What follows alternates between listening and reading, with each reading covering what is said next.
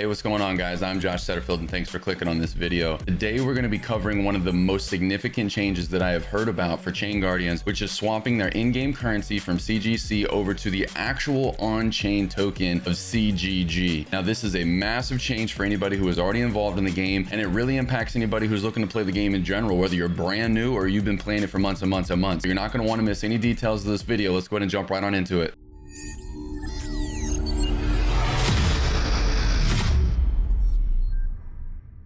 So to kick off this video, I really want to start by giving a little bit of gratitude. I want to give a shout out to the ChainGuardians social team. Posted my video online, tagged them on Twitter, got a prompt response. They told me to DM them. Who knows what's going to come of that, guys? Could be some exciting news in the works. I would love nothing more than to be able to keep creating content like this and bridging the gap between the everyday average user who doesn't have the time to be able to research and figure out all this stuff, nor do you might not have the experience in being able to peel back the layers of new technology like this. So maybe I can bridge the gap between what you know versus what you need to know to be successful in this new blockchain world, right? So if it sounds like this is something that you might be able to benefit from having a little bit more of this type of information in your life, go ahead and hit that subscribe button so you can find your way back to the channel easily. And if you find this video helpful, make sure to hit that thumbs up button somewhere along the way. Go ahead and jump into the game here and discuss why this change is even important and how it's going to impact you. All right, so to understand the importance of what's really happening here, you got to know a couple of basic things about the game. So if you're brand new, do your best to follow along here. You might want to go play the game for a little bit, come back, watch the video. It'll make a whole lot more sense than if you find yourself getting lost. So whenever you complete campaign missions, like let's just real quick, let's just do one really fast, super simple to just cruise through this very first one.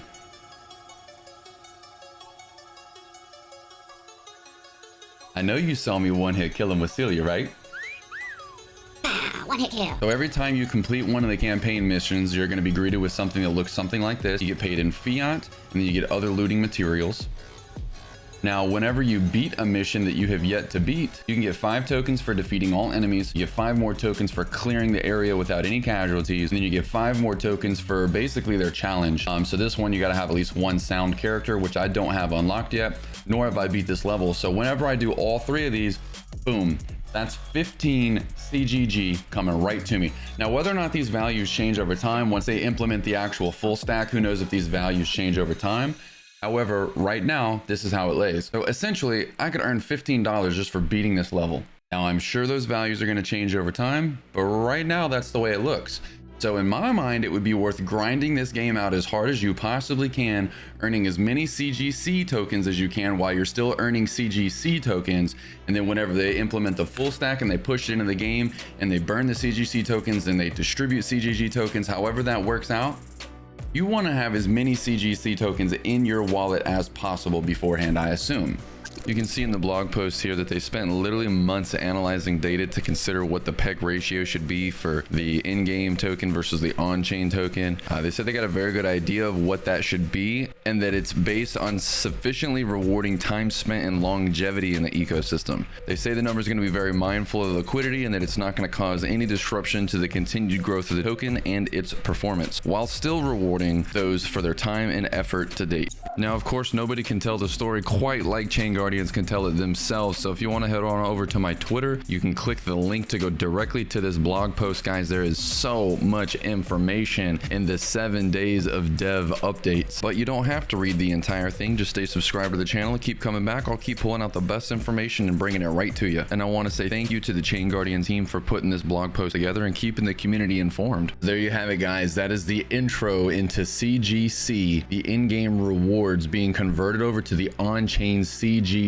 token. Can't wait for this to actually roll out and everything be live. What I'm going to say is I'm going to be grinding away, trying to get as many CGC tokens as I possibly can. That way, whenever the conversion actually happens, I have the best chance of getting the most in-game rewards converted over to a real on-chain token that has real world value that I can do something with. And that leads me directly into the next topic. Why does this even matter? Why do I need to have these tokens? Why are they going to go up in value? What does it even all actually matter, right? Let's Take a look. In the end, one of the most important factors for this decision is that it will mean that every single microtransaction will drive utility to the CGG token. For example, if a user wants to upgrade armor, they need to use CGG. Randomizer, CGG, and so on. You get the picture. Some users may be thinking, well, what about free to play? The game will still be free to play, but the rewards distributed will be based on a balance of in-game progress versus taking the funds out of the ecosystem to profit. For example, hypothetically speaking, a user who grinds 10 CGG in a day, or say 12 hours, will have a choice to take the CGG and convert it to ETH or a stablecoin and not progress their team, or reutilize that CGG to drive improvements to their team. This will make more sense when I explain the major game design changes later in this article. So here's what I'm thinking, guys. I'm thinking the game is free to play. They give you an ability to just simply log in every single day, get free characters that you can eventually fuse together and get valuable NFTs that can be sold for real Ethereum. They're bringing the rewards in game to be actual on-chain rewards that can, as you saw, just be simply sold for real profit, or they can be hodled, or they can simply be used to progress forward in the game. All of this combined with NFT mining and being able to increase your rewards through that. There's so many different dynamics that are all coming into play. And if you guys aren't sure what I'm talking about fusing characters together to be able to build up to an NFT, we covered a lot of that in my first video. Make sure you go check that out. Link's going to be in the description. Well, hopefully by now you're just as excited about ChainGuardians as I am, guys. I can't wait to get back in the game and start grinding.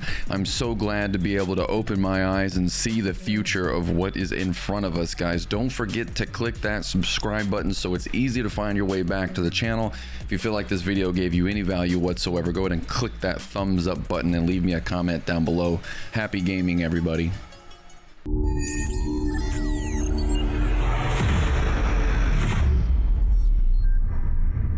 Scenario no different than you swapping tokens on Uniswap or Sushi Swap. Why is it coming out like that? Sushi Swap. I feel like Chris Tucker at the end of Rush Hour right now.